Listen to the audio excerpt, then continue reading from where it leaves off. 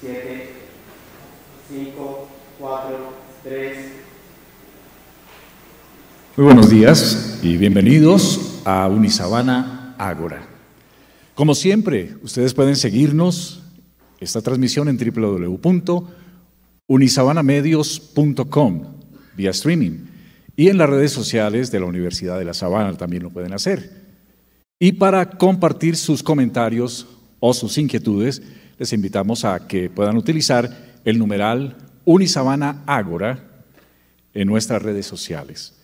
En Twitter y en Instagram lo pueden hacer de la siguiente manera: @Unisabana y @USM.comSabana en Twitter e Instagram.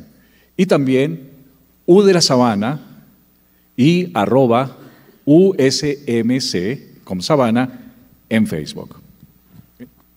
Uno de los grandes retos para transmitir el conocimiento, para transmitir la ciencia, la investigación, es poder llegar al público que muchas veces pues, no tiene la posibilidad de acceder a esa información por el lenguaje, porque desconoce el lenguaje, por el contexto, no conoce el contexto en el que se desarrollan los procesos científicos.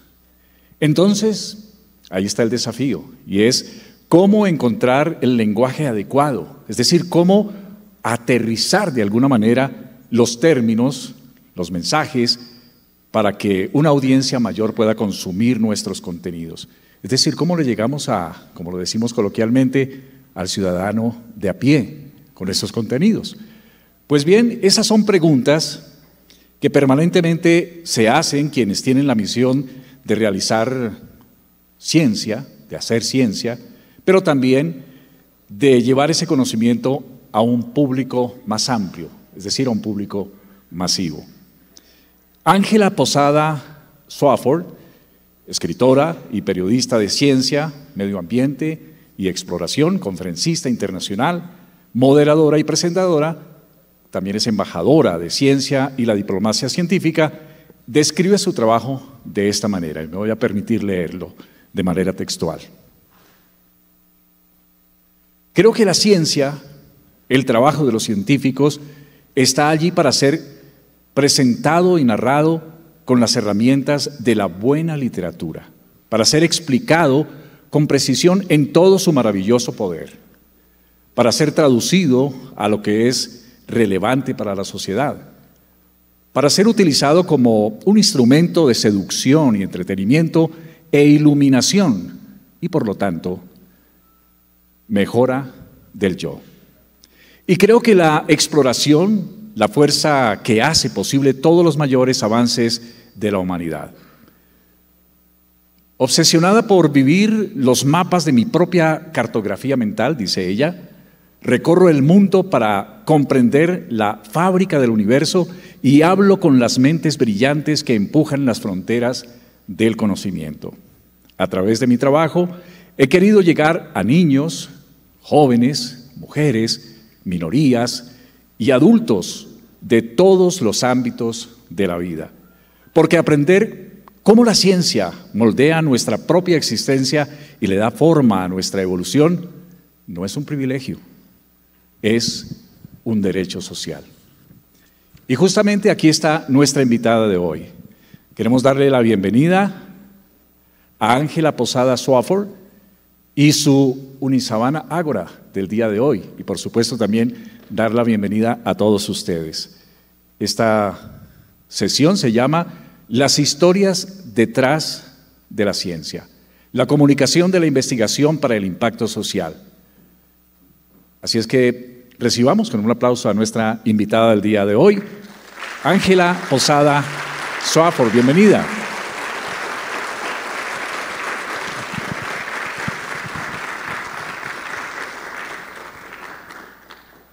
Bien. Ay, ¿cómo están? Buenos días. ¿Okay? Muchas gracias, William. Buenos Bienvenida, días. Ángela. Oh, wow.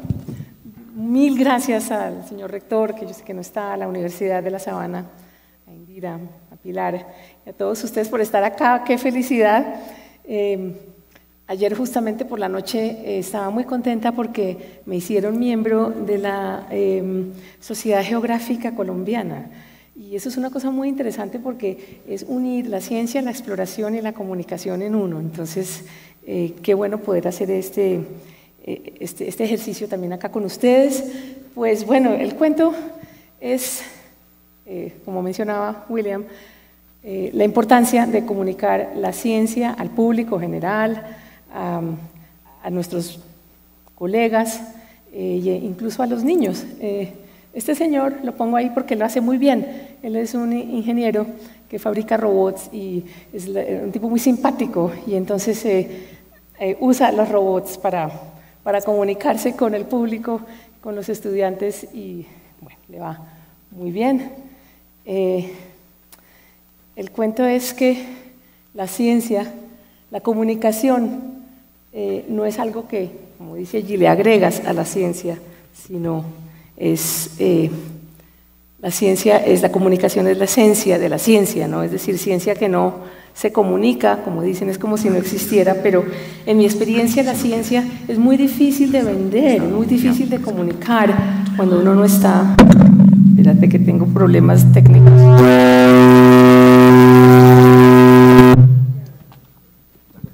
¿Aquí? ¿O quieres más, o si podemos usar? Ahí está bien, ¿no? Bueno, es que él se mueve. Bueno, entonces, no es fácil explicarle a la gente, inspirar a la gente sobre la ciencia, porque la gente se asusta. La palabra ciencia, me imagino que a ustedes les ha pasado, asusta a muchas personas. Total que lo que tenemos que hacer en conjunto, yo hablo con muchos periodistas, pero también hablo con muchos científicos, muchos investigadores. ¿Cómo hacemos? Aquí les quiero hoy contar algunos de mis tips, digamos, y también la diferencia o la diferencia entre estos dos mundos que tenemos que casar de alguna forma. El mundo del periodismo y el mundo del investigador, que son dos planetas aparte, pero el punto final es que tenemos que lograr llegar, que ha sido pues un poco como mi gran Everest, a poder publicar en no solo las grandes publicaciones, estos grandes medios, National Geographic, New Scientist, etc. Tenemos que, como decía el señor rector, o creo que el señor vicerrector, o nuestro orador anterior, tenemos que internacionalizar lo que hacemos para que nuestras universidades, para que Unisabana saque su ciencia hacia afuera y para que la saque también hacia la sociedad colombiana, latinoamericana, etc. Si la universidad se quiere posicionar como una herramienta que cause impacto en la sociedad a través de la ciencia, tenemos que contársela a la gente. Entonces la gente no va a leer un paper, ¿no? Es decir, yo hablando con los senadores de Estados Unidos en una conferencia que hubo en la Asociación Americana para el Avance de la Ciencia hace como 3 años, me decían, ¿usted cree que yo me leo el paper sobre la construcción de este puente y cuáles van a ser sus efectos? Yo tengo gente que me asesora, claro que sí, y los oigo, pero muchas de mis decisiones las tomo leyendo medios que ustedes, periodistas, sacan en medios como el CNN, el New York Times, etcétera, o estas revistas, para bien o para mal. Entonces, porque lo que pasa es que tenemos el problema de la falta de especialización en los periodistas. Ese es un problema que tenemos que ver. Pero estas revistas hacen un gran servicio, sin embargo, para mí, estas son todavía más chéveres, porque estas revistas le llegan a la gente pues, que no necesariamente lee ciencia. Entonces, por ejemplo, yo tuve que convencer al editor de Gato Pardo en el año 2001, por ahí, que yo le quería contar en 15 páginas cómo se descifró el genoma humano. Entonces yo dije, ¿cómo hago para que el editor de Gato Pardo, que ustedes tal vez conocen esa publicación, ¿no? Me diga que sí? Entonces lo que hice fue ajustarme a la publicación. Eso es lo que yo hago. Cada publicación tiene su personalidad. Entonces una cosa es escribir para Gato Pardo, otra para Esquire, otra para El Tiempo y otra para Semana. y otra para el paper de New England Journal of Medicine. Entonces, ¿qué le pareció genial a Gato Pardo? Le dije, mire, esto fue como una novela. Esto hubo mucho drama, mucho problema, puñaladas por la espalda. Este genoma humano fue increíble gracias a que tuve pues, la gran posibilidad de conocer a los actores principales de este gran avance. Yo estaba estudiando, haciendo una beca en MIT para periodistas que quieren pasar de ser periodistas de otra cosa a periodistas de ciencia, pero que ya van por la mitad de su carrera y que llevan ya como unos intentos. Entonces lo invitan a uno un año entero a MIT para aprender ciencia, punto. Imagínense semejante privilegio. Entonces, claro, en ese año llegaban a nuestros aulas de conferencias, pues Craig Venter y Francis Collins, que fueron pues dos de los grandes artífices de este proyecto. El punto es que pues fue una cosa genial, Gato Pardo le gustó mucho, los lectores respondieron muy bien y yo tuve que aprender a contar esta ciencia para que la leyera el lector de Gato Pardo. Entonces usar un montón de analogías, ¿cierto? Entonces analogías que ya ustedes saben de memoria porque ya todo el mundo las usa, de cómo el genoma es como un libro dividido en capítulos o de cómo es tener las partes del motor de un avión arrojadas ahí en el piso, pero todavía no sabemos cómo es que huele el avión, ese tipo de cosas.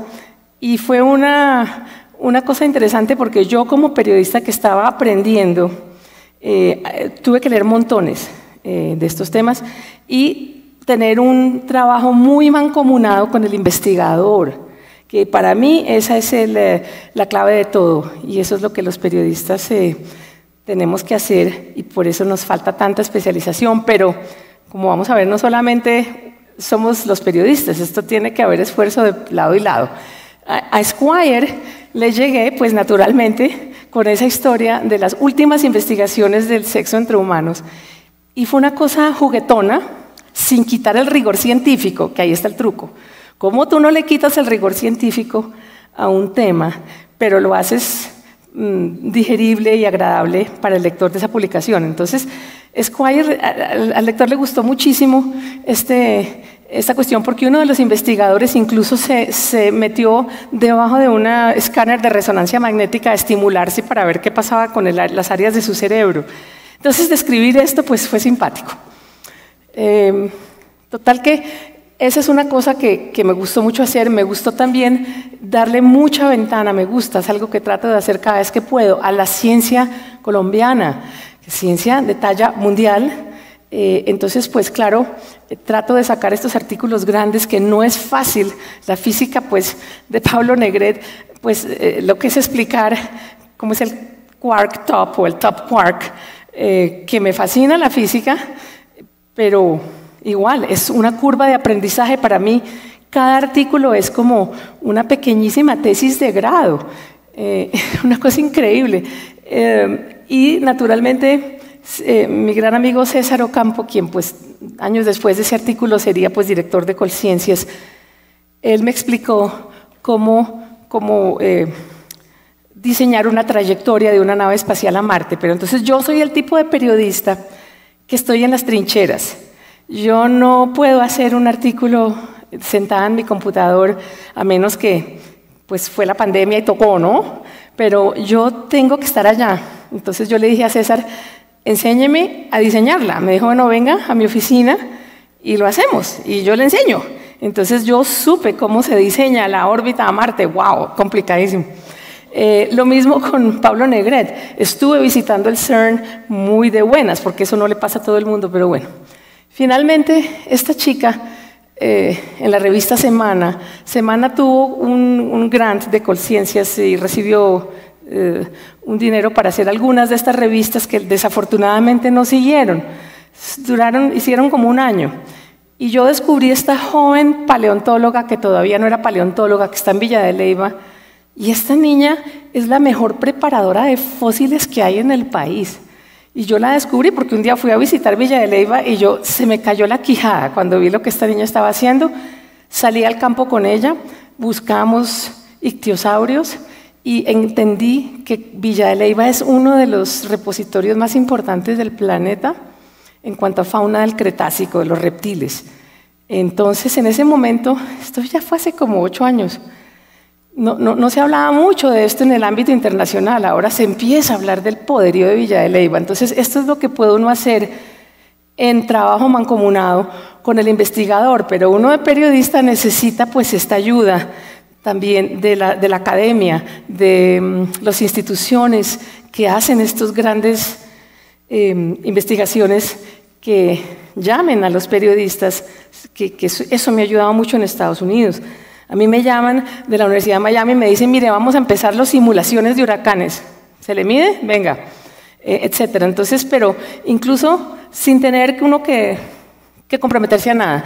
Igual lo hice con Discovery Channel, produje un programa sobre Jorge Reynolds y las investigaciones que hacía este ingeniero electrónico en el corazón de la ballena. Y este tipo de cosas pues hay que saberla adaptar, no es fácil, pero pues ahí salió. Pero mi más grande aventura, quiero yo decirles a ustedes, es escribir para los chicos jóvenes. Tengo esta serie de novelas con Planeta. Son novelas de 240 páginas, dice uno, un muchachito, para chicos de entre 8 y 9 y 14, más específicamente 10 y 13, que es esa edad mágica en que los chicos no son ni chicos ni grandes. Y entonces es increíble porque cada uno de estos libros está basado en reportajes y ciencia real, científicos reales, en laboratorios reales, con ciencia verdadera.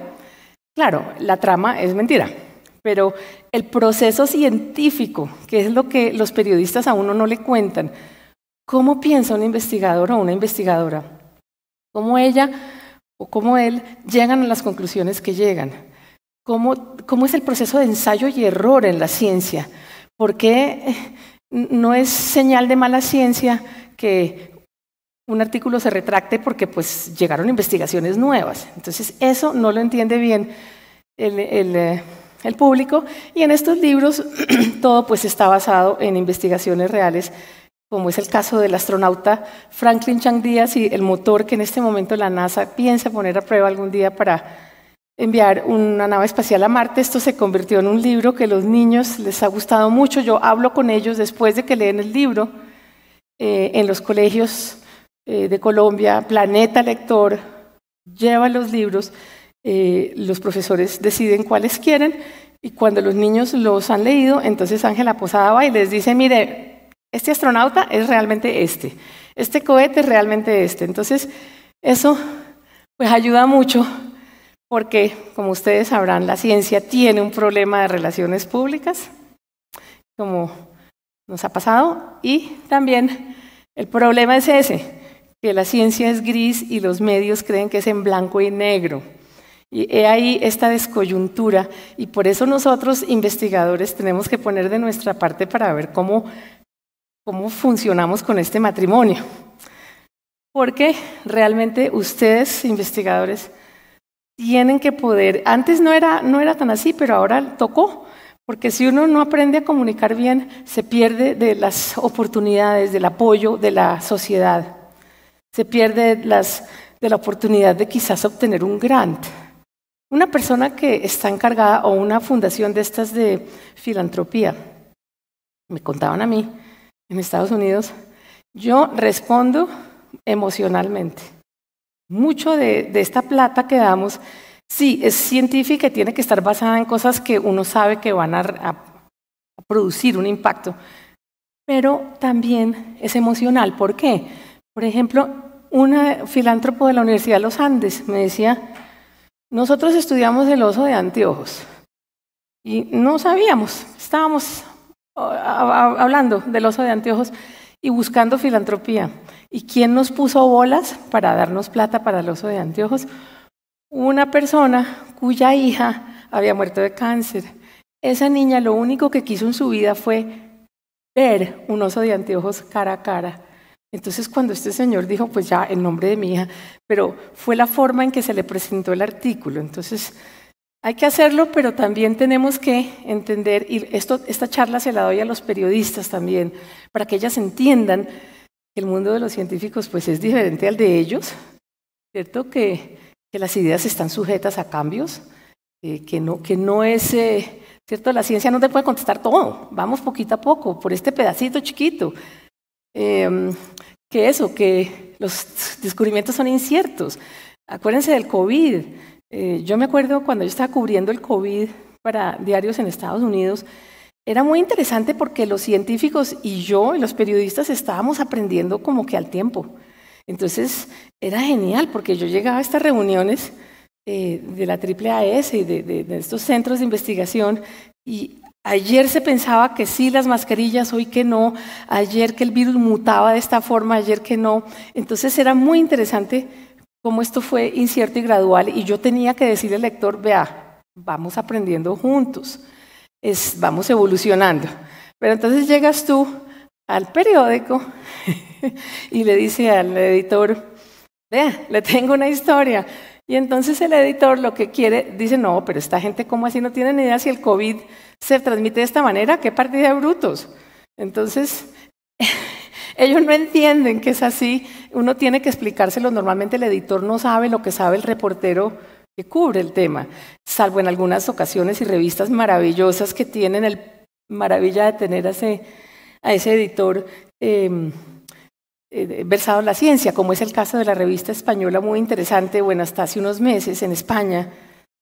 Su editor, Enrique Coperías, ha sido para mí lo mejor que yo he tenido en editores. Él estudió biología solo para ser periodista y ser de editor de esta revista. Entonces, claro, él no le comía cuento a nadie. Yo llegaba, Enrique, tengo esta cosa interesante, me dijo, esos pajes carreta, muéstrame el paper que yo no... Entonces, era genial con él por eso. Pero entonces, el problema es eso, ¿no? Que tú ves el periodista como que no alcanza a entender muy bien y entonces le quitan importancia a lo que la tiene y le restan, le dan a lo que no la tiene y la cuestión del cambio climático le dan demasiado espacio a la gente que duda del cambio climático, a la gente que duda de la antropomorfización, o sea, de la parte humana en el calentamiento pues, global, en esos procesos. Y entonces lo que pasa es que eso, uno ve en los medios de televisión esa disparidad, esa disyuntiva. Le dan mucho tiempo a cosas que no son importantes. Entonces, como ustedes saben, pues esto es la ciencia, un paper precioso. Yo como periodista aprendí a amar los papers, a entenderlos, a interpretarlos, pero no es fácil. Me pongo en los zapatos del periodista y esto es el periodismo. Entonces, uno tiene que convertir ese paper en esto. ¿Qué ven a ustedes ahí? Primero, foto gigantesca, ¿cierto? Esto fue una cosa en la revista muy interesante. Naturalmente, pues el investigador no necesita eso porque está hablando con su público, ¿cierto? Está muy bien, tiene que hacerlo. Pero entonces está bueno que el investigador empiece a pensar cuando hace una nueva investigación. Decir, bueno, si algún día esto tomará forma y será merecedor de una nota en los medios, pues tengo que ir pensando con antelación. Cuando yo vaya al campo, ¿cómo hago para tomar videos y fotos con que un periodista futuro pueda jugar con eso y producir esto? ¿No? Entonces, la forma en que la ciencia se escribe es diferente. Ustedes saben cómo aquí pues la ciencia, los resultados están todos, ¿cierto? Al final está el proceso, está el abstract. Pero entonces en el periodismo uno tiene que irse con todo al principio porque pues... La idea es que las preguntas se generan pues leyendo el artículo, uno se va haciendo preguntas. Entonces, por ejemplo, básicamente se lo resume. El periodismo es granizo y en la ciencia es ¿por qué cayó granizo? Entonces la idea es casar esas dos cosas.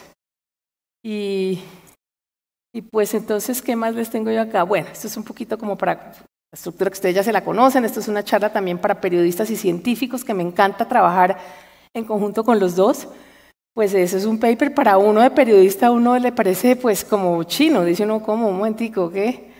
Esto es simplemente un paper sobre genética que comienza pues para uno que es periodista especializado, perfecto, ¿cierto? Para ustedes también. es la diversidad genética africana, uno se comprende por completo, eso está muy bien. Pero cuando se descifró el genoma humano y yo quise darle a entender a la gente por qué estudiamos genética de poblaciones, entonces lo que hice fue esto, en el periódico El Tiempo, una doble página gigantesca donde comienzo con un antetítulo, el título sumario, La fascinante travesía genética de la humanidad, y comencé en primera persona, ¿cierto? El fascinante viaje genético a mis raíces maternas comenzó la mañana en que me raspé el interior de la mejilla con un palillo de caucho, cuya punta introduje en un frasquito lleno de un líquido similar al jabón. Entonces, ahí, ¿qué ven ustedes? Que empiezo a describir, ¿cierto? ¿Qué estoy haciendo? No, yo no tengo que decir de qué es el líquido con el cual abren la molécula. Eso al lector no le importa. Le parece chévere que sea parecido al jabón porque se imagina un poquito que es así como así. ¿Ve? Así como así. Si yo voy a entrar en materia y quiero hablar de una noticia que realmente tenga que ver con el desarrollo de unas nuevas herramientas para romper la célula y sacar el ADN, entonces es diferente. Esto, pues en este caso no viene al caso. En varios segundos, varias moléculas de ADN se liberaron de las células de mi saliva, formando algo parecido a los finos y largos tentáculos de una medusa blanca. Ahí están, esas comparaciones ayudan a que la gente se haga una imagen y se interese. 6 semanas después de haber enviado la muestra al laboratorio del genetista antropológico Spencer Wells en Washington, mis resultados estaban montados en el portal del proyecto genográfico de National Geographic. Entonces, todo esto, doble página, explica lo más que se puede, un poco de este proceso, explica la genética de poblaciones, explica este trasegar de la humanidad desde África hasta Sudamérica y por qué es importante y cómo se puede usar este conocimiento en medicina. Entonces, ese artículo tuvo muchos comentarios en una época en que, no sé si ustedes se acuerdan, cuando El Tiempo permitía comentarios, todos eran de política. Yo me sorprendí porque hubo como 100 comentarios de gente alabando, ¡ay, qué genial! No tenía ni idea, ¿cómo así? Entonces, algo se les abrió una ventanita. Entonces, ¿qué pasa? Que no necesariamente, bueno, esto es un poco, lo podemos conversar ahora también en el momento de la conversación, pero quería darles a ustedes también, ahora que hablamos de estos dos mundos de periodismo y de ciencia, que tenemos que ver, a ver cómo hacemos cuando ustedes se entrevisten con los medios y que el periodista entienda, ¿cierto? Entonces, la ciencia pues es un poquito más lenta. Yo como periodista tengo que aprender a entrevistar a ¿cierto? El experto y por ahí en una semana y a veces en un día hacer una noticia. Entonces, por eso ahí es donde la especialización funciona. Cuando no estoy especializado, que es lo que pasa en la mayoría de nuestros medios, en que no hay casi periodistas especializados y esa es la falencia más grande. Entonces, claro, el pobre investigador dice, no, pero usted va a entender 30 años de mi investigación en una hora de entrevista. Entonces ahí el investigador tiene que decir cómo yo encuadro, manejo, domino un poco esta entrevista. Hay que pensarlo de antelación. ¿Qué le digo y qué no le digo a ese reportero? ¿Cómo, cierto? El científico no entiende que uno de reportero no tiene mucho el control del artículo. Uno ofrece un tema y es el editor que es el perro guardián. El que pone el título y el que te dice, esto lo vamos a hacer con una entrevista, esto lo vamos a hacer más o menos pensando en esto del futuro. Es decir, ¿cierto? Entonces uno no tiene mucho control, uno trata. Ya cuando uno tiene más peso en la cola, ya le ponen, entonces ya uno lo ofrece exactamente y le dicen, ok, Ángela, lo que usted diga, regio. Pero eso no pasa con la mayoría de los expertos. A los científicos les da curiosidad cómo es que no les mandan preguntas por adelantado, y esto es uno de los pilares del periodismo, es garantizar esta independencia editorial, que eso, por ejemplo, es como lo mismo que en la política, ¿cierto? De ninguna manera, pues yo le voy a mandar al ministro pues las preguntas antes. Quieren tener un poco de espontaneidad, pero bueno, estos son tonos de gris. Yo personalmente muchas veces sí lo hago, pero más que mandarle preguntas le digo, mira, me interesa lo que tú estás haciendo sobre este tema, vi que has publicado este paper, chévere, ¿por qué no hablamos de esto? Pero eso es cuando uno está especializado. Cuando este señor que ayer cubrió Colombia Moda y hoy te pone a entrevistar al gran científico, pues le pasa que pues no hace nada de esto. Otra cosa importante es la cuestión de no recibir el texto antes de publicación. Ese es uno de los grandes nos del periodismo. Mejor dicho, creo que vas a encontrar un 99 periodistas que no te van a mandar el texto. Ciencia, para mí personalmente, Ángela Posada, Swafford, aquí parada, es un poco diferente, porque es que la ciencia es difícil, es compleja. Entonces yo me aseguro, primero, de que yo entendí el tema. Le hago 1000 preguntas al investigador diciéndole, dime si esto está correcto, ¿este párrafo se lee bien o la embarré? Entonces normalmente se hace, por ejemplo, ahora estoy trabajando en una nota para National Geographic en la revista impresa en inglés sobre un tema que yo no conocía, los cactus. ¿Perdón? Me dijeron, por favor, escríbenos un artículo sobre cactus. Y yo dije, ¿pero qué? Lo único que sé de cactus es que pican, no sé nada más. He tenido que aprender la importancia de estas plantas, la evolución, la genética del cactus parece venida de Marte. Es la planta más exótica, más extraña, más interesante, más inteligente.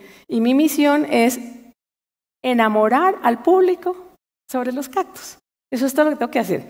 Entonces yo he tenido que hablar con 25 expertos en evolución, futuro, pasado, fisiología, genética, estructura molecular y finalmente la parte social de los cactus con la gente de Nuevo México, de Arizona, de los chilenos, los mexicanos, e ir a esos lugares. Entonces, eso es lo que pasa, pero me han dado pues más de 8 meses para hacer la nota. Eso no pasa en ningún lado, sino en National Geographic. Entonces, el punto es que los títulos y los pies de foto los ponen los editores, incluso en National Geographic. Yo les sugiero cosas divinas, pero pues yo no soy editora y no conozco el sistema de ellos, entonces de malas. Entonces, pasa pues eso, que la gente pues no interpreta bien. Entonces ahora podemos conversar o pensar en estos días, ¿cómo hacemos? ¿Qué estrategias nos inventamos? Tiene que, ¿no? Entonces necesitamos capacitación para los científicos y para los periodistas, separados y juntos. Y yo creo que nadie mejor puede hacer eso que las universidades. Entonces, yo creo que no nos queda mucho tiempo, pero les iba a dar unos datos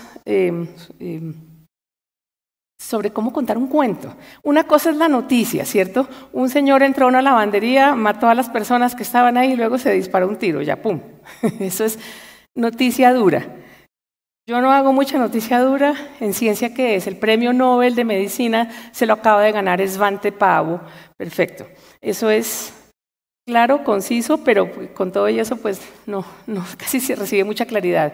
Yo creo que lo que realmente le llega al público es el cuento, el storytelling, la noticia narrada, y a eso me dedico yo. Yo no escribo una noticia dura porque me parece hartísima. Entonces yo prefiero escribir una cosa larga, y para eso tenemos todos que aprender a contar el cuento, periodistas y científicos. No es fácil. Entonces lo que tenemos que hacer es que los lectores entiendan por qué usted me va a contar esto a mí y por qué me debe interesar.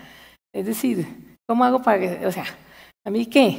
¿No? Eso es lo que tenemos que romper esta barrera del ¿y a mí qué? Entonces, ¿y por qué ahora? Esa es otra. Entonces tenemos que tener todos estos datos, estos tips. ¿Cómo hago para que me interese? Lo que les decía antes, contarlo visualmente, describir.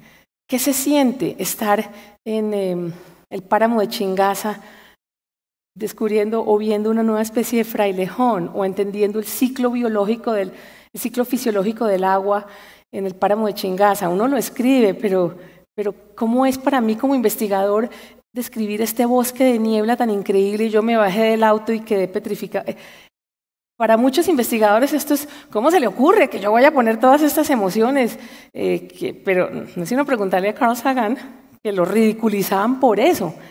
Bueno, esta es la nueva forma de contar estos cuentos, de acercarse al público. Lo que necesitamos es el nombre del juego acá es seducir. Es el tango de la seducción. Tenemos que seducir al público para que nos apoye la sociedad en general.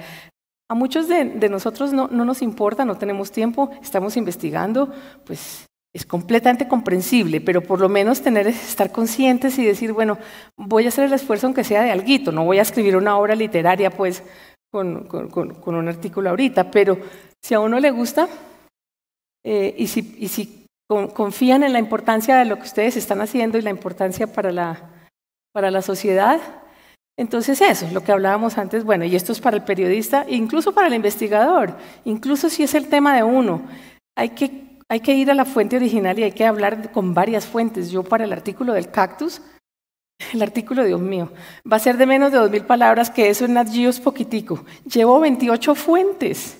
Claro, no todas van a salir, ¿cierto? Eso es el principio del iceberg. Hay algunas que están allá que me van a dar, pero pues dice uno, Dios mío, 25 investigadores hablándome de cactus, ¿qué hago? Pero eso me da toda esa confianza en mí misma. El toque humano es importante, no siempre, si viene el caso, y si no, no, pero muchos de los mejores artículos ganadores de premios, todos pues tienen ese ángulo o un poquito. Mantener la anticipación, contar el proceso científico. Empecé en mi laboratorio pensando que esta molécula no funcionaba, que a los 2 meses pasó esto, pero yo todavía no sé. Entonces es un cuento un poco largo. Aquí, esto es lo más importante para ustedes, es evitar es normal. Ustedes han sido, obviamente, llevan años de carrera en que el lenguaje que ustedes usan es el que usan con sus colegas y eso es así. Hay que bajarse de nivel o irse a otro nivel para evitar y poder describir que el agua tenía un pH de 15 para decir, mire, el agua tenía una acidez más o menos como el del té de la Coca-Cola diluida. Tratar de usar analogías. Siempre darle al reportero ambas cosas, pero que el reportero entienda que las analogías son importantes.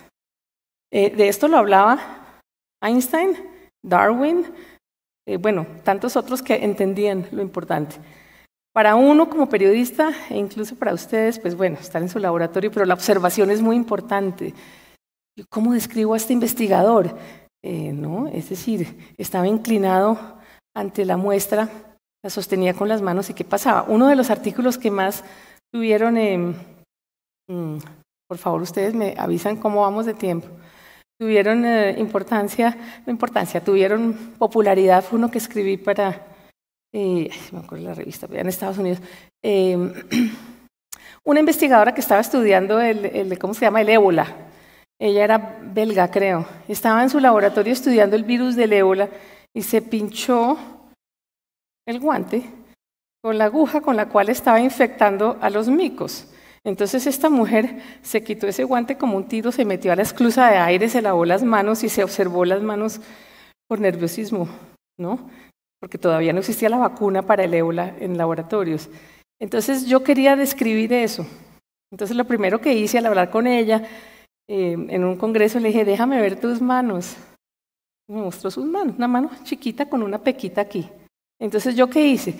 Como un director de cine, enfocando la cámara en las manos de la señora. Entonces, fulanita de tal sostenía la botella del virus en una pequeña mano con su vez, ¿cierto? Y luego abres la lente y explicas el virus del ébola, tiene etcétera, toda la parte científica. Y luego vas haciendo la historia con 3 colores. El hilo rojo para contar la ciencia, el hilo verde para contar un poco la cronología, el hilo azul un poco las emociones. Fácil, esto es ya literal, esto es crónica avanzada, pero se puede, lo hemos hecho con investigadores de varias universidades, han sido cosas precisas. Familiarización con el tema, que después para ustedes no. Y ya para los periodistas es volverse experto en dónde está la información, dónde están, ¿no? Desde la legislación, si vamos a hablar de eso, hasta casos, etcétera, ¿no? Entonces es un poco de contar el cuento y luego viene el cuento de contarlo ya en volver eso un primer frase. Esa frase la escribí tiempo después de yo haber salido de un avión cazahuracanes. Entonces, a mí me encantan esas cosas, las busco, me llamaron de la NASA hace unos 8 años para estudiar otro huracán y yo comencé así, dándole un poquito de antropomorfización. Entonces se llama Earl y es una bestia total, una bestia con dientes de viento y pezuñas de ¿qué? De turbulencia, de rayos y centellas. Un huracán categoría 4, como el que acaba de pasar allá en la Florida, con más de 130 millas por hora que amenaza las costas de Carolina del Norte. Entonces, ese es como el fact, la cosa factual. Y ahora viene la comparación, tras atravesar sus brazos en forma de galaxia. Es bonito, la gente entiende lo que es una galaxia inmediatamente. Empeñados en derribar el avión de investigaciones DC-8 de la NASA, logramos penetrar en la pared más íntima de su misterioso corazón. Así comenzaba el artículo y luego empezaban a explicar por qué los vientos del interior, de la pared interior del ojo del huracán son más profundos, más fuertes, cómo los científicos exactamente hacen para entender la dirección que va a tomar una tormenta, porque es importante hacerlo en un avión de investigaciones que tiene que tener un contacto directo con la superficie del océano, por donde va a pasar el huracán, porque esa temperatura del océano es la clave de todo. Y eso no la puede tomar un satélite porque los huracanes a veces tienen lo que llaman un ojo sucio, que tiene como algunas tormentas, entonces, esto tiene muchos ángulos: contar la aventura, hablar de tecnología, hablar de meteorología y hablar de la cuestión de cómo un país como Estados Unidos destina recursos públicos para estudiar huracanes. Pero la idea es atraer al público a que te lea el artículo. Yo digo, eso es un poquito como quitarse un poquito de la manga del hombro y decir, mira, sigue leyendo, que te estoy ofreciendo cosas muy bonitas. Entonces, básicamente, pues yo creo que es usar las técnicas de la física. Estoy hablando de periodismo escrito. Podemos hablar también de hablado. Eso es como hablar con una audiencia. Pero básicamente eso, ser una cámara, describir a la gente, mostrar el conflicto, mostrar el proceso científico, que es importante, y describir la acción, ¿no? La profesora tal estaba caminando hacia su laboratorio y algo le pasó, o estaba en el campo y algo hizo. Pero inmediatamente, bueno, yo creo que de aquí pues podemos seguir adelante, hay mucha más cosa, pero yo quisiera como ya, ¿cierto? Llamar a dos invitadas que tenemos para ver cómo hacemos un ejercicio así como chévere de contar la ciencia, porque está también la ciencia contada a una audiencia en vivo, estilo TEDx. Entonces, ¿cómo agarra uno a una audiencia en vivo? Que ese es pues otro punto. Y de eso pues podemos hacer varios talleres, pero se ha demostrado que la gente que reacciona emotivamente a una conferencia puede tener unos resultados muy interesantes en materia de apoyo a la ciencia. Entonces. Muy bien, muchas gracias. No, yo estoy encantado, yo no sé si ustedes, pero si este monólogo fue así, imagínense cómo va a ser la conversación de tres damas en torno a la ciencia. ¿Ya cómo lo podemos decir bien? Es cierto, creo que fue Scolari que dijo que nosotros, más que Homo sapiens, somos Homo fabulators, ¿no? Porque nos encantan las historias. Y ese es uno de los desafíos de nosotros los periodistas, cómo contamos historias y cómo ponemos de una manera sencilla y agradable pues cosas tan profundas como la investigación y la ciencia. Así es que quiero invitar también a María Jimena Quintanilla Carvajal, y es profesora, por supuesto, de la Universidad de La Sabana, la profesora Sandra Hidrobo Carlier. Algo rápido de la hoja de vida, no sé si la presentan, pero ellas van a estar acompañando también a Ángela en esta conversación deliciosa. Yo voy a traer mi café y voy a sentarme por ahí para escucharlas. María Jimena Quintanilla Carvajal es profesora titular de la Universidad de La Sabana, es investigadora senior, es ingeniera de producción agroindustrial y doctora en ciencias de alimentos.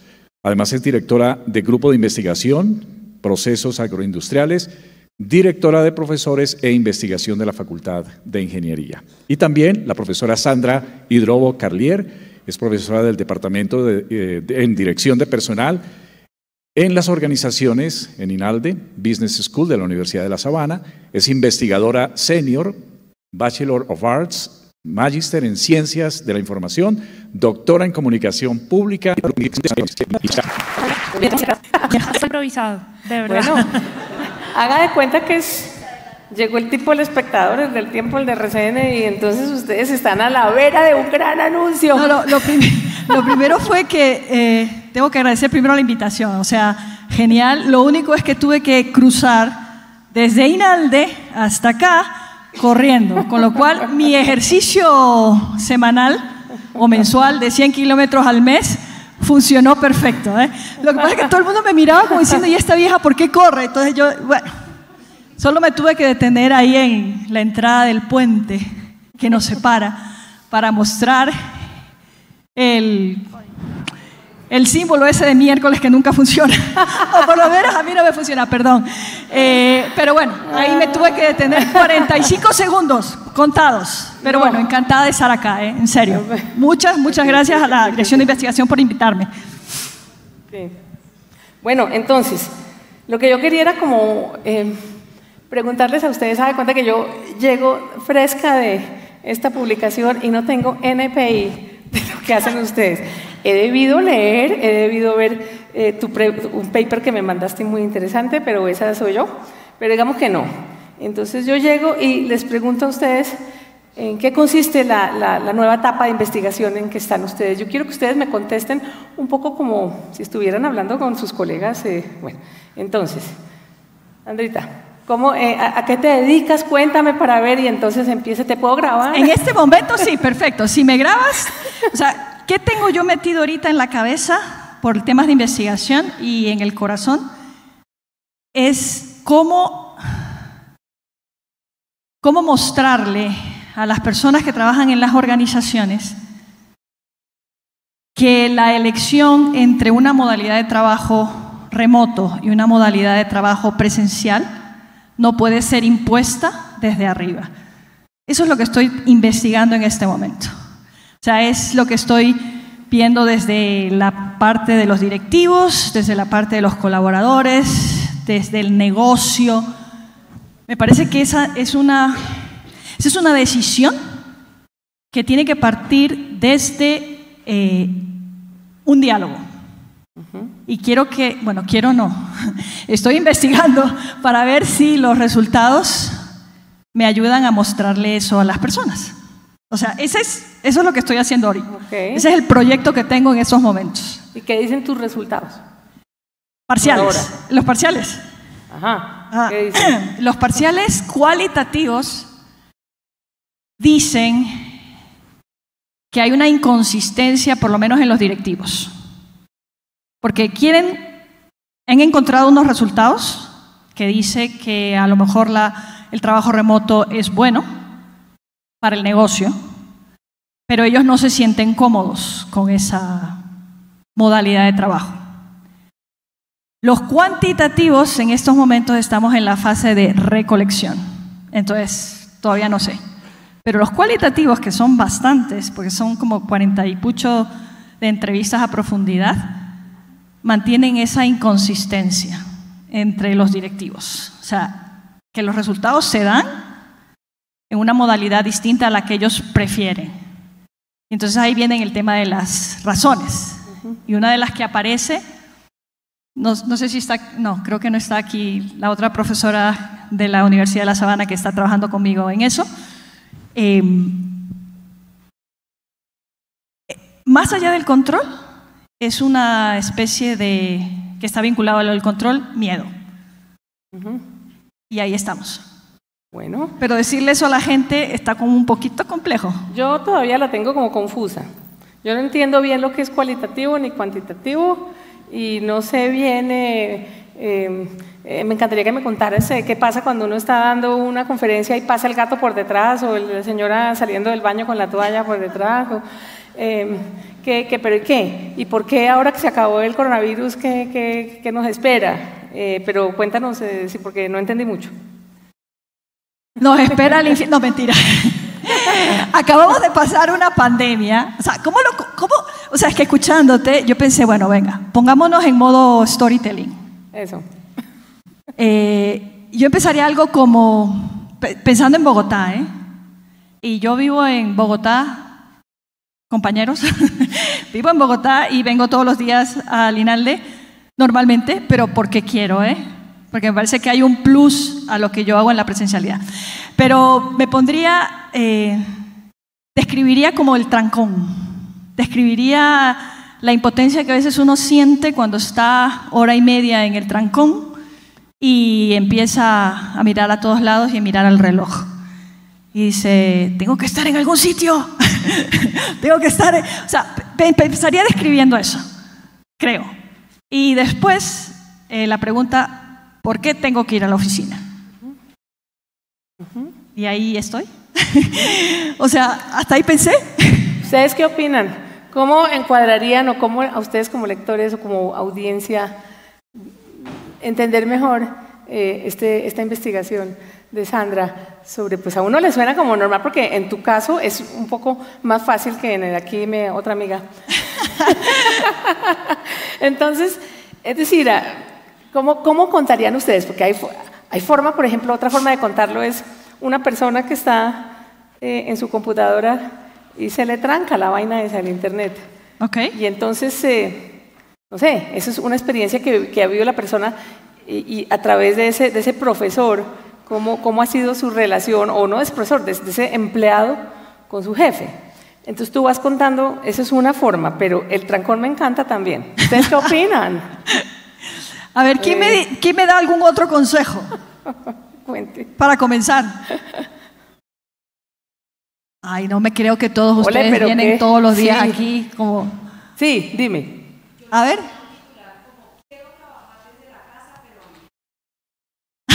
¿Qué opinan? Está bueno. A mi jefe le da miedo. Con los taches puestos por delante, o sea, de una. Eso. Y entonces tienes que contar el cuento, ¿no? Claro, el título es importantísimo. El título es muy bueno. Acuérdate que el título lo pone el editor, pero uno lo puede sugerir y la rabia que le da cuando lo cambian. ¿Sí? ¿Ya tienes otra por acá? Yo diría... me tengo que levantar a las 5 de la mañana, alistar a mis hijas. Cuarto para las 5 yo, ¿Señor? Alistar a mis hijas, salgo de mi casa, 2 horas de trancón, llego a la oficina y luego estoy todo el día en la oficina con muchas distracciones y todo lo que hice en la oficina lo hubiera podido hacer en la casa. Luego llego a mi casa a las 8 de la noche, mis hijas ya están cansadas y yo estoy que mato al que primero veo porque me tocó y digo, ¿y para qué fui? Perdí 4 horas y todo lo hubiera podido hacer desde la casa. Hay otros días que sí vale la pena ir porque tuve esta reunión, me encontré con esta gente, ese día llego más contenta a la casa. Pero cuando mis hijas me reclaman que por qué no estás acá, yo me pregunto, ¿y para qué fui? ¿Vale? Ahora, y le pongo, bueno. ¡Bravo! Y después le pongo los datos, porque si no, no me lo van a creer. Eso les iba a decir. Lo que tú dijiste, digamos, la trenza, por decirte roja, la trenza de la parte, entonces tienes que hilarla, porque no vas a echar todo el cuento de una sola. Entonces empiezas como una pequeña escena y luego tú hay que intervenir con la trama, con los datos. Luego no es fácil, luego entras y sigues, pero entonces pasó esto con mis hijos y luego tú puedes, pero claro, hay que hilarlo bien. ¿Qué pasa? Esto es un poco largo. ¿Para qué publicación lo pondríamos? Porque ¿quién nos va a aceptar? Entonces hay que pensar a quién le vamos a vender nuestras cuestiones. Pueden ser los medios universitarios, que es la mejor forma de comenzar, que están allí, y una vez ya tenga como una cuestión más condensada, puede uno pensar, bueno, ¿cómo impacta esto al país? Entonces pensemos en el tiempo, en el espectador, ¿no? Pero también entonces, ¿cómo podemos llamar a los canales de televisión y decirles, tenemos esta nueva, ¿cierto? Trabajar con investigación, pero adelantarse a estas preguntas del reportero de la televisión que va a decir, ¿y qué pasa si sale la señora en pelota detrás o lo que sea? ¿No? Que ha salido, ¿no? O sea, no sé ustedes, bueno, no, a ustedes probablemente nunca les ha pasado entonces, eso, pero ¿ves? Pues... Ahí es donde tienes tú que controlarla un poco la entrevista y decir, mira, voy a hablar de esto. No es que no le vas a decir, no me puede preguntar esto porque ahí mismo el periodista te brinca y te saca las uñas. Pero decir mira, centrémonos en esto que es lo que yo he estudiado. Así muy querida ella, muy, muy diplomática. Eso es una forma, pero bueno. Muy bien, yo creo que... ¿Lo leerían, chicos, chicas? Sí, ¿verdad? Ojalá. Y además ahora están las noticias, ¿cierto? Porque ahora se habla de volver o no volver. O sea, este tema en este momento sí es importante. Bueno, mentira, es importante y urgente, porque muchos de los temas de investigación son importantes. Lo que pasa es que la urgencia se los ve después. En este caso, sí, me parece que es el tema, por lo menos para muchas organizaciones. Exacto, entonces razón de más para que tú pienses, porque esa es una forma, ¿cierto? Y luego están las formas chiquitas, sí, el Twitter, la cosa, el Instagram, pero que sirven como un llamado a que lean cosas profundas. Pero ahí es donde tienes que ver quién, ¿no? Se empieza uno a pensar en qué horas, en qué días es mejor postear en Instagram. Le dicen a uno los miércoles a las 6 de la tarde, no sé por qué. Pero entonces, y eso, digamos, ¿quién sabe exactamente eso? Eso hay que averiguarlo con las personas que trabajan en esos medios y sería interesantísimo hacer una reunión para aprender cómo funcionan las redes sociales, porque por más que uno diga que no, sí, ellos mandan mucho la parada, pero yo los veo como un llamado a que vengan a lo que yo tengo que ofrecer. Entonces está hasta TikTok, que uno se ríe, pero de golpe en TikTok empiezan a aparecer cosas interesantes de ciencia y uno...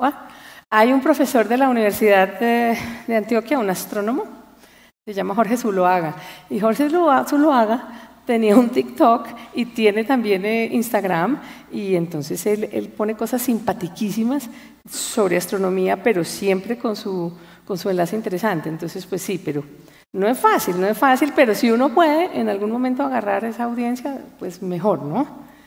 Bueno, Sandrita, muchas gracias. No, gracias a vos. Vamos a ver, yo veré, vaya pensando. Bueno, Jimé, entonces llegó el reportero. Jimé, es que me dijeron que preguntara, yo sé que tú trabajas en nanotecnología, pero pues no sé mucho más. ¿Me puedes decir? Porque tengo un deadline ahorita a las 5 y pues no he aprendido mucho sobre nanotecnología. Sé que, pues obviamente sé que son las cosas pequeñas, pero pues no sé mucho más. Respondo, ¿cómo nos enseñaste o cómo lo hacía antes? Como si tú fueras a hablarle a tus colegas, porque entonces sí, en general, como tú, sí. Nosotros estamos estudiando el efecto de la escala nanométrica en el diseño de alimentos funcionales. Entonces, queremos ver cómo a través de simulaciones del tracto gastrointestinal pasamos esos nanocompuestos por el tracto simulado y vemos si tiene algún efecto, por ejemplo, sobre la microbiota de niños o personas con obesidad, o en este caso con niños que sufren del trastorno de espectro autista. La mitad de los reporteros te dicen, ok, gracias, y se van. Porque es que ella la acaban de nominar pues al premio, ¿no? Es importantísima ella, y entonces a mí me da miedo. Otros que se atreven dicen, o sea que estás estudiando los estómagos microscópicos, porque es nano. No, es como lo nanométrico funciona o se comporta en simulaciones del tracto gastrointestinal. Para no tener que hacerlo en animales o en personas, primero se puede hacer en modelos simulados. Todavía no entiendo muy bien. Pues un poco como si se lo contaras a la abuela. ¿Ahora sí lo cuento mejor? Sí. Bueno. Nosotros lo que estamos haciendo es ver cómo lo que comemos, si tiene algún tipo de modificación, ojalá natural, realmente va a tener un efecto benéfico en la salud de las personas que lo consumen. Como muchas de estas pruebas a veces se hacen en animales y tienen tantos conflictos éticos, estamos simulando modelos que imitan la composición de la boca, del estómago y del intestino para ver que esos compuestos realmente lleguen al punto donde hacen una acción benéfica. Si son lípidos o vitaminas, pues tienen que llegar al intestino delgado. Entonces estudiamos cómo protegemos esa vitamina para que llegue al intestino delgado y pueda ser absorbido por las microvellosidades del intestino delgado. ¿Y los lípidos son vitaminas o eso qué es? Hay vitaminas de diferentes tipos. las que son tipo oleosas, que son las lipídicas, y las que son más hidrofílicas. Sí. Bueno, más afines a los líquidos.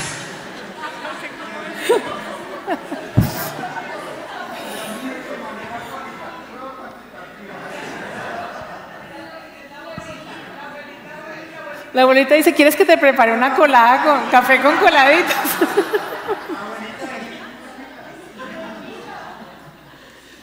Pero bien, bueno, ¿qué otro? Cuando hablas de modelos, yo pienso como un robot, pero no, ¿qué es un modelo? Sí, me imagino una boca de verdad. Esto siempre nos pasa cuando le contamos a las empresas o a los niños de semillero que tenemos un modelo simulado del tracto gastrointestinal y llegan al laboratorio y ven unos tubos y unos aparaticos ahí que se mueven.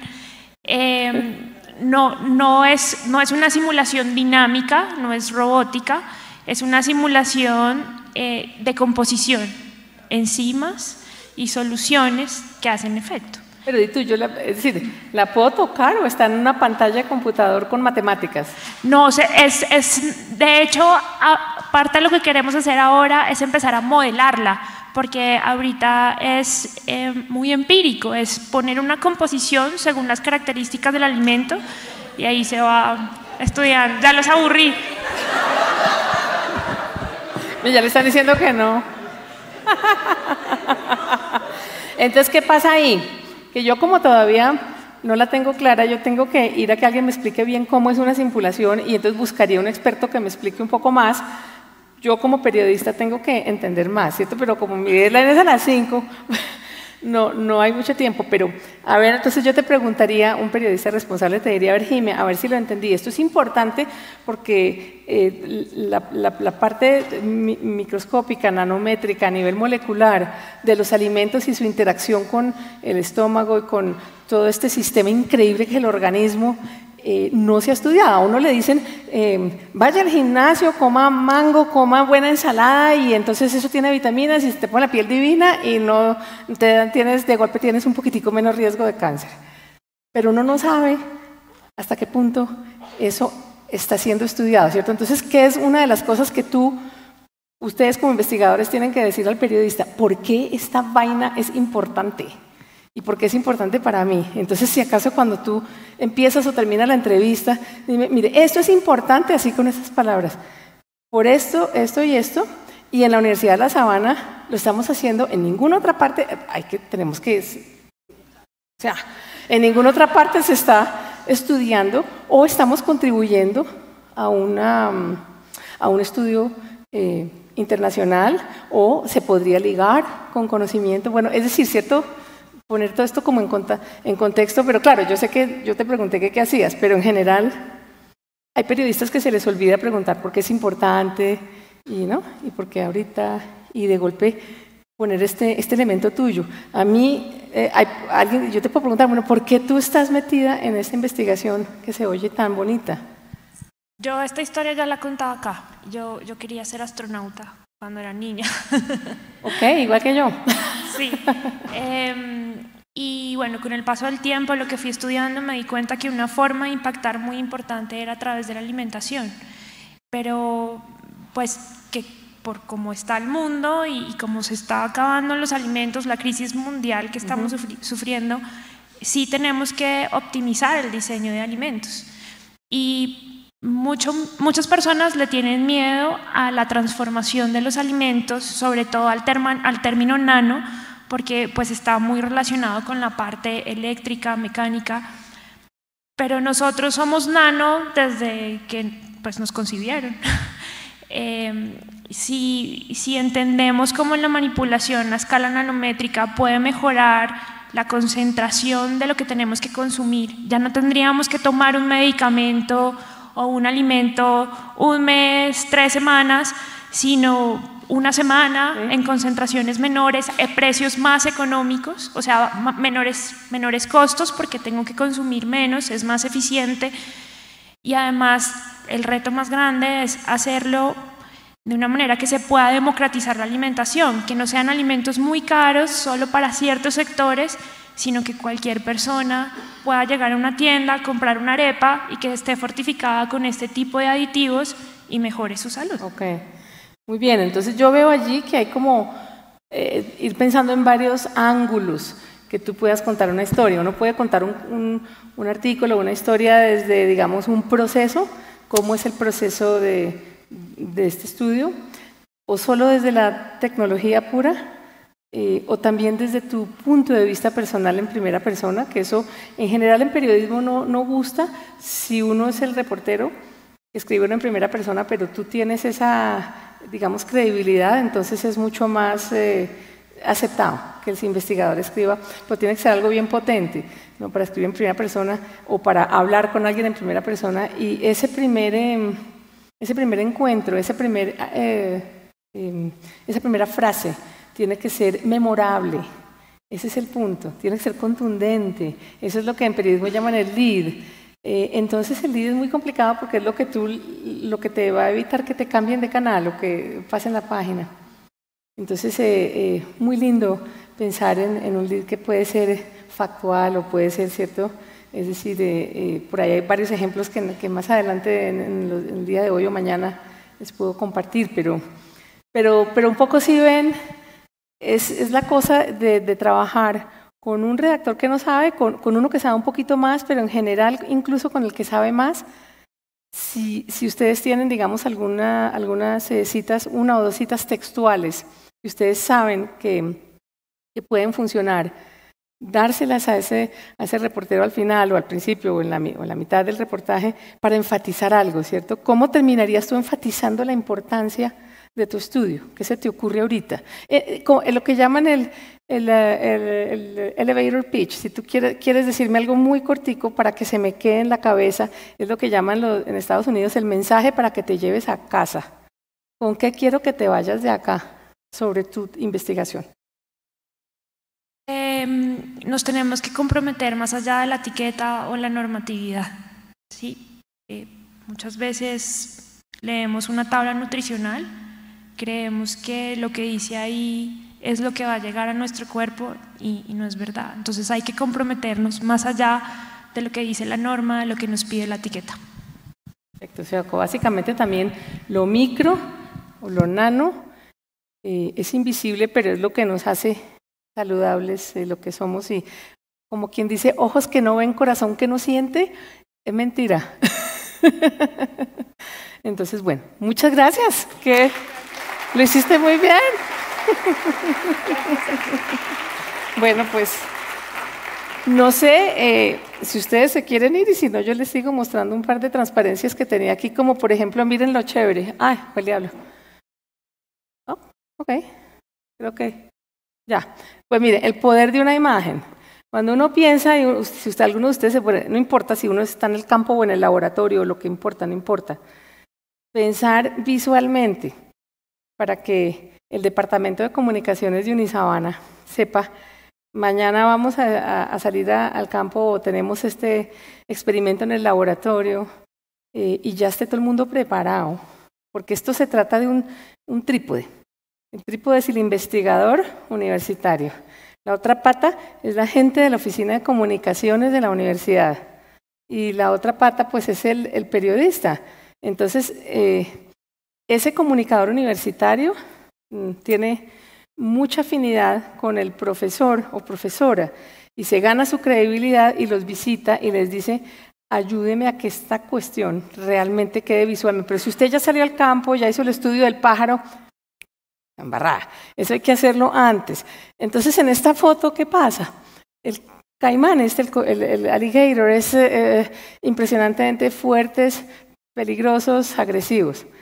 Pero son las mejores madres que hay en la naturaleza, estos reptiles.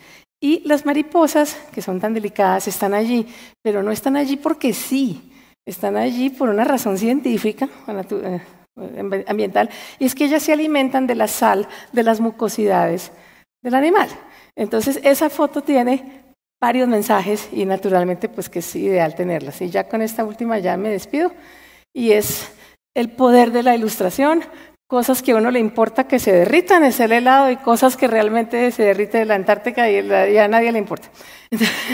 Eso es de la revista Wired, pero podemos trabajar con la gente de nuestros departamentos de arte, de comunicaciones, de ilustradores, pero con antelación, para ver qué se le ocurre a uno en su investigación que se pueda sacar para mandarle esto a los medios y sacarlo en los medios universitarios. Eso es todo. Realmente muchas gracias. Se trata de este matrimonio. Muchas gracias. Muy bien. Ángela, muchas gracias. Gracias también a las profesoras María Jimena y Sandra por acompañarnos en esta ágora, este desafío tan importante, ¿no?, de contar historias detrás de la ciencia. Nosotros estamos de este lado del periodismo, ¿no? En el periodismo, sí, ¿cierto? Cierto. Y a veces como en las relaciones de pareja, no eres tú, soy yo. A veces uno es el que no sabe nada. Exacto. ¿Cierto? Y hay que hablar, y hay que pelear, pero no tanto, ¿no? Y hay que saber qué es periodismo científico y qué no es periodismo, y qué es comunicación y qué es educación. Son todo valioso, pues distinto. El periodismo informa, pero esa es otra cosa que no les dije, no es el relacionista público del investigador. El periodista busca y si hay algo que está como turbio, lo pone. Entonces es diferente de la persona que trabaja para el medio académico, que tiene otro papel. Hace una reflexión con uno de mis estudiantes porque escuché un podcast, un programa de radio también, acerca de moda, y yo quedé gringo. No sabía de qué estaban hablando. ¿Por qué? Porque ellos estaban hablando de su lenguaje propio de la moda. Es un desafío tremendo. Todo tiene su lenguaje. Lo que pasa es que la ciencia es un tanto más complicada que todo lo demás. Pero sí. Muy bien, muchas gracias. Muchas gracias, William. Vamos a tener algunas preguntas del auditorio. Gracias. Sí, denle el aplauso, por favor. Merecido. Muy bien. Muy bien. Vamos a dar unos minutos porque vamos a ir a tomar café, el primer café coworking. Vamos a invitarles a que visiten nuestras salas ODS desde las 11 de la mañana. Entonces, si hay preguntas, por favor, nuestras estudiantes están con micrófono en cada ala, se dice, en cada parte del auditorio. Aquí tenemos ya una pregunta, entonces, por favor. Y si quieren más preguntas, levanta su mano, por favor, bien, para que pueda nuestra estudiante acercarse. Ángela, muchísimas gracias por la charla, muy interesante. Yo tengo una pregunta de un poco de forma. Es decir, nosotros como profesores, investigadores, pues nos preparamos o tenemos la experiencia, porque nadie aprende a escribir a menos de que lo haya hecho. Y lo hace haciéndolo muchas veces, sí. Es decir, por experiencia. Y para escribir hay que ser 1000 veces buen lector, y eso es una frase que les digo a mis estudiantes. Ahora, ¿cómo tratar de mejorar el proceso para escribir de este tipo en esta forma, claro, o con esta metodología? No sé cómo llamarlo. No creo que la solución sea, bueno, vamos a hacer un curso para investigadores para comunicar de forma diferente, no sé. Es decir, ¿cómo tratamos de que esto se convierta en un hábito, que salga de manera normal, que fluya, que no es porque simplemente nos llamaron a hacer una entrevista o algo, sino que realmente espontáneo y que se haga de forma natural? Me encanta tu pregunta. No, pues es que es importantísima. Pues mira, lo primero que uno tiene que tener, pues bueno, un interés, ¿cierto? Unas ganas de hacerlo, si no, no hay caso, pero tener una idea muy clara de lo que dices, de lo que quieres decir, del mensaje. El famoso elevator pitch, que resumir en una frase: yo quiero contarle a la sociedad esto. Una clara, concisa, pero de un tema que a ti como investigador te apasione, que te interese, que te guste. Porque yo me acuerdo cuando yo estaba en el periódico El Nuevo Herald, me ponían a escribir sobre temas de inmigración y yo me moría de la jartera. Entonces lo hacía porque me tocaba, porque era mi sueldo. Pero cuando me daban rienda suelta y me decían sobre qué quiere escribir el domingo, entonces yo decía, pues sobre la invasión de eucaliptus en los Everglades, la famosa melaleuca. Entonces, teniendo esa idea clara, digo, ¿qué quiero contar? ¿A qué público? Si es al público general, perfecto. o si es a mi colega es otra cosa, o si quiero buscar que me den plata, esa es otra. Esa idea tú la tienes que, es como decías tú mismo y como decía García Márquez, para leer, escribir un artículo, él se lee 100, para escribir una página se lee 100 páginas. Es como cuando uno va a los museos y empieza a ver cuadros y empieza a ver este me gusta, este no, este sí. Es exponerse a eso, no hay de otra, no hay forma de hacer trampa.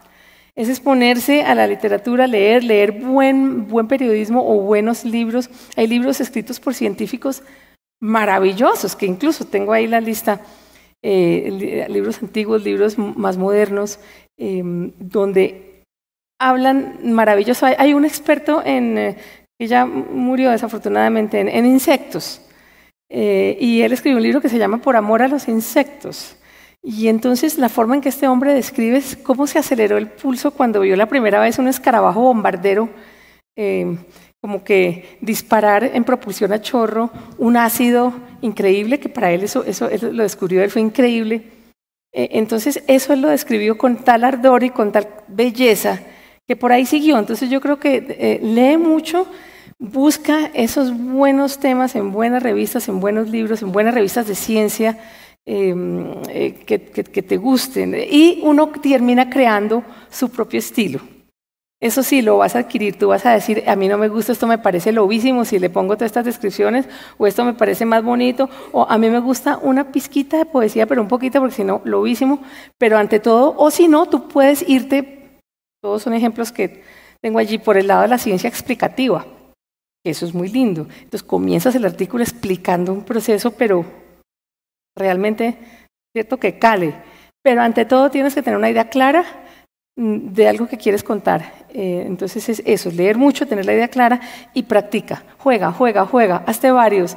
Eso era lo que nos hacían hacer en clases de reportaje en la universidad. Cuando yo llegué, nos dijeron, tienen que escribir este tema del hombre que entró a la lavandería y mató a 4 personas y después él se suicidó. Es que ese fue mi examen de reportería cuando entré. Entonces nos dijeron, escríbalo como noticia dura. Eso. Escríbalo como un feature para la crónica de la revista del domingo. Y escríbalo como un pequeño comienzo de un guión de una película. Entonces uno, Entonces, claro, le decían a uno, escríbalo para una revista de psicología, para el público general, pero que trate de psicología. ¿Qué pasó con ese hombre que se suicidó? Invente, ¿no? ¿Por qué mató a 4 personas? O escríbalo como una cuestión policial, el reporte de la policía, el fiscal. Entonces, fíjate, tienes que ya empezar a pensar en esas ideas, ser creativo, pero en el caso de ustedes, pues no hay que ser tan creativo porque tienen la ciencia en sus manos, ¿no? Quizás una anécdota que te haya pasado en tu investigación, una anécdota interesante. Una muchacha de la Universidad de los Andes que estudia ranas venenosas me decía que casi queda ciega porque una rana agarró la rana y no pensó y se rascó el ojo. Y esta cosa se le empezó a poner así y esta muchachita dije, ahí quedé, ¿no? Entonces, cómo ella empezó a fascinarse con las ranas venenosas porque pues casi le sacan el ojo. Pero sí, más o menos, pero mira, no hay de otra, hay que leer. Adquiere tu estilo, el himno nacional cantado por Juanes o por, ¿cierto? O por Shakira o el que sea diferente. Entonces, ¿cuál es el estilo de ustedes? Ustedes van a tener, yo les prometo que si les gusta y salen en un taller de periodismo que hicimos tan bonito con la Embajada de Inglaterra, había 4 investigadores, 2 ingleses, 3 colombianos y como 8 periodistas. Salimos a Chingaza y yo entrenaba a los científicos y otros periodistas entrenaban a los periodistas. Y al final hacíamos una cosa en conjunto y premiábamos la mejor historia. La mejor historia se la ganó mi científico del CIAT de Cali, un muchacho que no tenía más de 24 años, que me describió tan hermosamente, tan poéticamente, pero tan factualmente, qué estaban haciendo en el páramo de Chingaza con las cámaras para trampear, las cámaras trampa para los osos, cómo estudiaban las heces de los osos y recogían los pelitos. Pero este principio que él me dijo que estaba parado en esta cosa que era una cortina de humo y de golpe la cortina de nieblas se alzó y él vio la Laguna Negra y casi que cae arrodillado ante esta belleza, ¿cierto? Pero de una forma que no suena tan ¿no? Tan dramática. Entonces, ese es el estilo de él y le gustó y lo sigue usando y en el CIAD lo quieren mucho y eso. Entonces, en fin, ¿no? Pero es encontrarlo, es básicamente encontrar la forma de uno contarle el cuento a la sociedad en la forma en que uno quiera. Lo puede uno contar en un podcast, que esa es otra de las cosas que se pueden planear. Un podcast con una persona que hable bien y con un host, una persona que presente. Eso puede ser inmensamente exitoso, esa es otra. De hecho, hay una cosa que incluso podríamos más adelante hablar con Indira y con Pilar, y es que acaban de salir premiados los artículos de la Asociación Nacional de Escritores de Ciencia de Estados Unidos, premiaron los artículos de los comunicadores institucionales. Entonces ahora hay premios en Estados Unidos para las personas de las oficinas de comunicaciones de universidades que cuentan desde el punto de vista y con la importancia de su institución todo lo que está pasando, pero las herramientas literarias son las mismas. Entonces, pues, hay un premio que deberíamos instituir. Muy bien, Ángela, muy bien. ¿Otra pregunta? ¿Alguien? Ya, tenemos. Muy bien. Qué pena que yo hablo muy largo.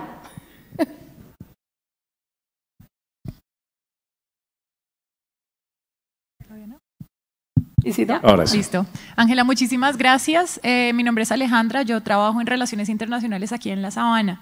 Me llamó mucho la atención cuando tú hablaste de ese trípode que ves que tiene que funcionar hablando específicamente en el ámbito universitario. Y yo a veces me veía también como esa patica. Yo creo que nos pasa a muchos de los que no somos ni los científicos, pero tampoco somos los comunicadores de la universidad, y sí tenemos muchas veces que cumplir ese rol. En mi caso, en el ámbito internacional, que tiene además sus retos adicionales, y tú lo sabes perfectamente, pero también en otras unidades de la universidad que tienen que ser esos puentes, esas conexiones entre lo que se hace en la universidad y lo que nos está pidiendo también el mundo. Entonces, quería preguntarte también, ¿cómo ves esas otras paticas que a veces, digamos, en este tema entre comunicación y ciencia, pues tenemos que saber de las dos, pero no somos expertos en ninguna? Buenísimo, ese otro brazo, patica tuyo, buenísimo. Hay una website muy buena que desafortunadamente todavía no existe en español, pero está en inglés, que ustedes yo creo que la conocen, se llama The Conversation. Es una website que a mí me propusieron hacerla en español y en ese momento hubo un problema con Ecuador porque creo que se robó los derechos de The Conversation y en español y hasta allá llegó. ¿Qué es The Conversation? Para los que no saben, es justamente investigadores de universidades que están afiliadas a eso, me imagino que pagan un poquito, trabajan con periodistas profesionales, pero los que escriben los artículos son los científicos, netamente. El editor, el periodista le dice, no, mire, ese principio no sirve, ¿por qué no lo cambias? Pero todo eso, y es desde su visión de periodistas, de investigadores, pero esto lo lee, tiene una audiencia gigantesca, y lo leen muchos periodistas en todo el mundo, dicen, ay, miren, La Sabana están haciendo esto. El New York Times ha sacado montones de artículos basados en The Conversation, de todos los temas que uno quiera, todos los temas de la ciencia. Entonces, pues bueno, esa es una manera, pero la otra manera que a mí me parece importante para agarrar los medios internacionales es algo tan sencillo como tener una página web en la universidad donde hay un botón que diga New Research o algo así. Y tú no tiene que ser una cosa muy bilingüe, muy grande, sino aunque sea un llamado de atención, un par de párrafos sobre esta investigación con el enlace al paper. Si lo hay, genial. Y con el enlace también a lo que se haya escrito en español sobre eso, porque ahora con Google Traduzca esta página, pues por lo menos se entera el periodista.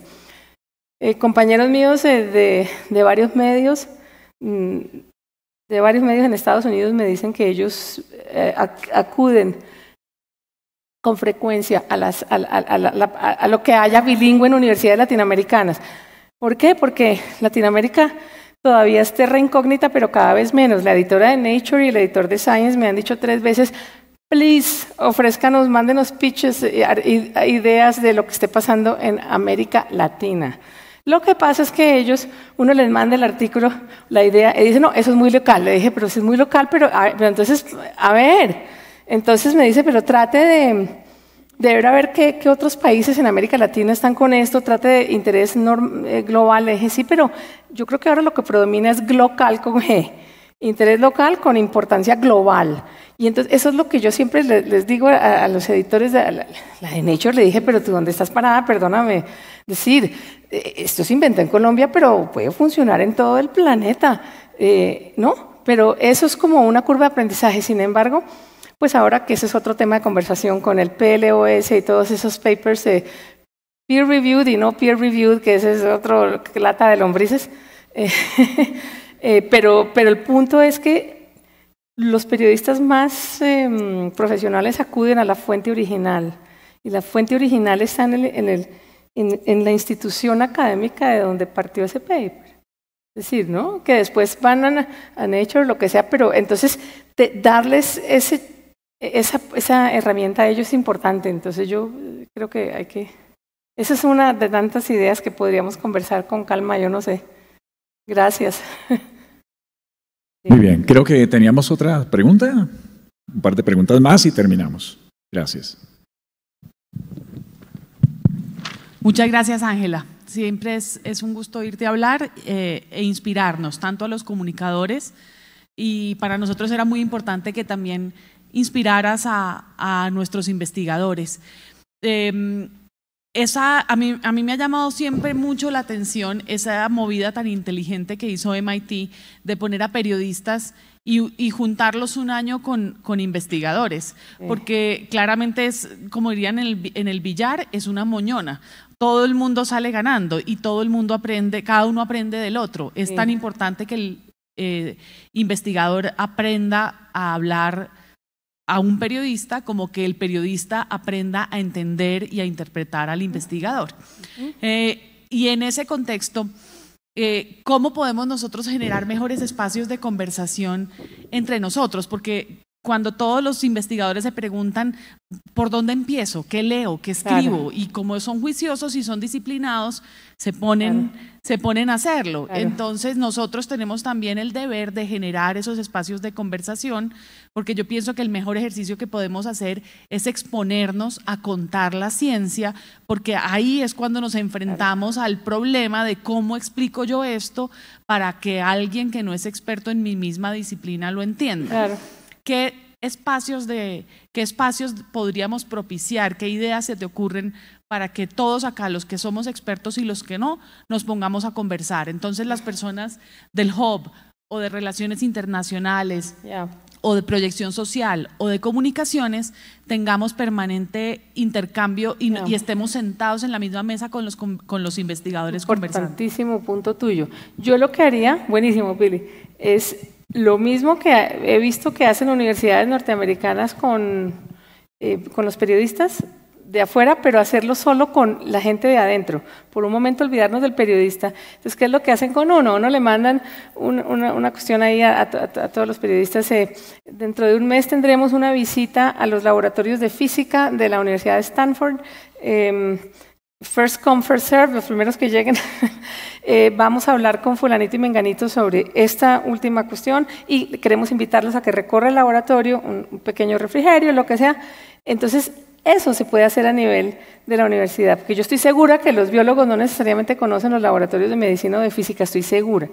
Entonces, genial, porque ahí empiezan, por un lado, a conocerse entre ellos, y allí tú llevas a tu equipo, y al equipo genial como el tuyo, y se hace una pequeña sentada de conversación. Mira, estamos estudiando esto. Entonces se le pregunta al investigador, ¿tú cómo ves lo que estás haciendo en tu laboratorio? ¿Qué es lo que viene? ¿Qué tendencia? ¿Qué es lo más importante? ¿Qué destacamos? ¿Qué tiene? Y entonces empiezan ustedes a decir, bueno, si este es el tema que ustedes ven, ¿cómo lo empezamos a desarrollar? ¿Vas a tener una salida de campo? ¿Vas a tener algo especial? ¿Cómo cubrimos esto? En MIT y en Harvard lo hacen, pero con meses de antelación. Entonces, de tal manera que cuando el investigador hace su evento, su trabajo, su investigación, algo que quiera que se pueda mostrar, que sea visual, ya está todo listo, el equipo ya está listo, el equipo para hacer un podcast con esa persona. Entonces, esos espacios de comunicación, yo creo que lo primero es que todo el mundo sepa qué hace el resto del mundo. y que ustedes son los puentes, pero exactamente qué puentes son, y se hace simplemente en un pequeño almuerzo, en un refrigerio en que todo el mundo pueda por la tarde, en un salón pequeño, en una visita a un laboratorio, es buscar varios de esos y hacer uno al mes o cuando se pueda, ¿cierto? Es decir, hoy vamos a visitar medicina, mañana nos metemos con física, luego con sociología, etcétera, medicina. Y yo creo que eso sería muy bueno. Y claro, ahí lo que pasa es que tú tienes que ver a quién le interesa qué, pero o si no hacer un llamado abierto. Porque claro, a mí me llegan todas las cosas como periodista, que estoy aparte de los temas que me interesan, pero de los que no me interesan no estoy en esas listas. Entonces también sería importante saber qué investigadores en la Universidad de La Sabana, es decir, hacer como esta lista de quiénes están haciendo qué, que yo creo que ya ustedes tienen mucho de eso, pero pues es que es una universidad grande con mucho investigador interesante. Entonces, esa es una forma. Otra forma es un espacio como este, decir, bueno, ya abramos esto, ¿qué hacemos? ¿Cómo nos empezamos a comunicar? Hagamos uno al mes. Podemos después de esta semana de las jornadas tan importante, que quede como ese legado de que aunque sea la universidad quiera empezar a unirse con, ¿no? Entonces se oyen propuestas, como quien dice, pero sí creo que debería ser una cosa como mensual o una cosa así, que no es fácil, no siempre se puede, todo el mundo está de viaje, yo sé, pero algo se hace y se empieza. Todo el mundo tiene unas ideas buenísimas, además los investigadores tienen sus propios dilemas de comunicación, tienen sus propias dudas, sus propias cosas que no les funcionan, entonces ¿cómo nos unimos entre todos para eso? Pero lo que importa es que los investigadores sientan que las oficinas de comunicaciones de la universidad son su apoyo, son su amigo, son su bastón, que no es esta cosa que yo me da miedo hablar de mi investigación en el mundo porque me la van a quitar, lo que sea, no sé, que piensen que es al revés. Y la oficina de comunicación tiene que ganarse esa credibilidad del científico. Ese es el gran papel que tienen allá esas universidades donde contratan periodistas científicos porque saben que es la persona que puede llegarle al meollo del asunto del laboratorio X. Entonces, es un poco como eso, pero pues bueno, más ideas durante el resto del día tendremos, me imagino que más ideas. Gracias de verdad. Gracias, Ángela. Muchas gracias. Gracias a Ángela Posada Swafford por estar con nosotros en este Ágora, Unisabana Ágora. Y como les decía, están todos cordialmente invitados al primer café coworking y después ya sobre las 11 de la mañana, vamos a estar visitando las diferentes salas ODS. Así es que esperamos que ustedes disfruten de esa estadía y gracias por acompañarnos. Lo mismo a toda nuestra audiencia en Unisabana Medios, pues muchas gracias por haber estado con nosotros. De nuevo, gracias Ángela. A ustedes, gracias. Gracias, William, muy querido. De verdad. Interesante. Claro.